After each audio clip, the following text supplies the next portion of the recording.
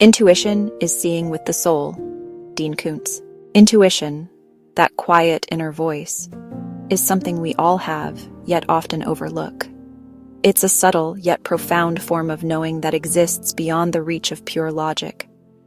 Think of it as a whisper beneath the clamor of our busy minds, a feeling that resonates deep within our core.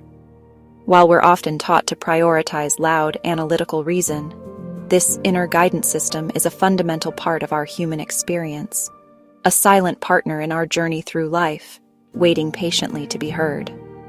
It's the sense that nudges us toward a decision, even when logic offers no clear answer.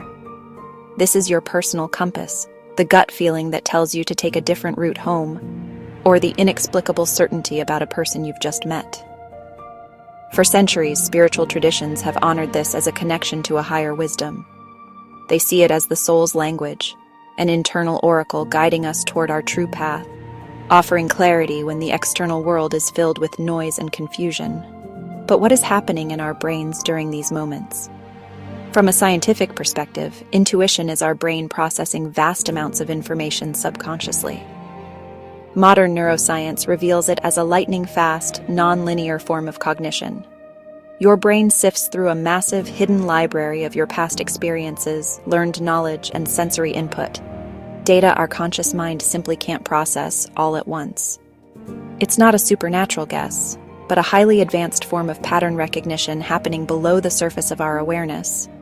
It draws on years of experiences and patterns, forming instant judgments before our conscious mind catches up.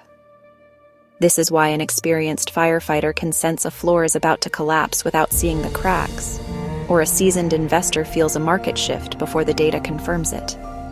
Their intuition draws on thousands of hours of stored information, forming a cognitive shortcut that bypasses slow, deliberate analysis. Understanding this incredible dual nature, the mystical and the neurological, is the first step to trusting and strengthening this powerful innate gift. Have you ever met someone and instantly had a feeling about them?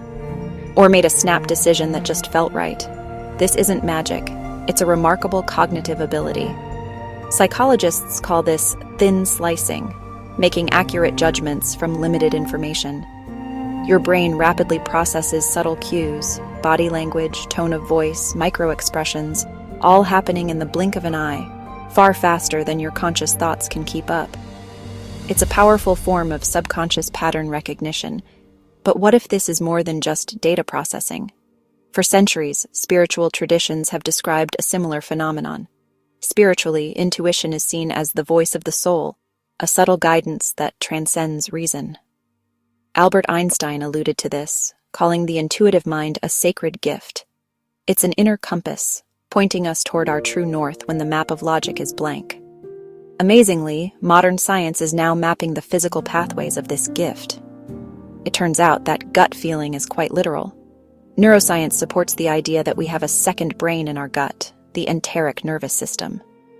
This intricate network contains over 100 million neurons, more than in your spinal cord, and is in constant communication with the brain in your head via the crucial vagus nerve, an information superhighway. And here's a fascinating fact. A staggering 90% of the signals on this highway travel from the gut to the brain, not the other way around. This gut-brain connection is why you often feel decisions in your stomach before you can explain them. It's a primal, embodied wisdom. So the next time you feel that flutter, pause and listen. It's your two brains collaborating, offering a deeper intelligence. Think about times you've chosen a path that felt right, even when others didn't understand. The traveler who booked a ticket to an unknown city, the artist who switched mediums against advice, or the parent who just what their child needed. These moments aren't random. They are profound instances of inner knowing. It's a form of intelligence that transcends logic. Scientists are now exploring the gut-brain axis, a network sending constant signals from our second brain in our gut to our head. That feeling is your subconscious processing vast data your conscious mind missed. Tuning into intuition is like tuning a radio to a clearer station. The static is the noise of modern life, endless opinions, societal pressure, and the loud voice of our own fear. The more you listen past this noise, the less static you hear.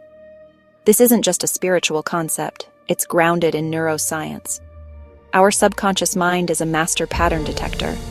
Intuition is the whisper of its analysis, a summary from a deeper part of ourselves. Whether you call it subconscious processing or your higher self, the goal is to hear the clear signal beneath the noise. So how do we amplify the signal? It begins with simple practices. When you feel a gut sense, pause. Take a deep breath. Ask yourself, is this feeling contracting or expanding? Is this fear or is this guidance? Fear often feels tight and chaotic.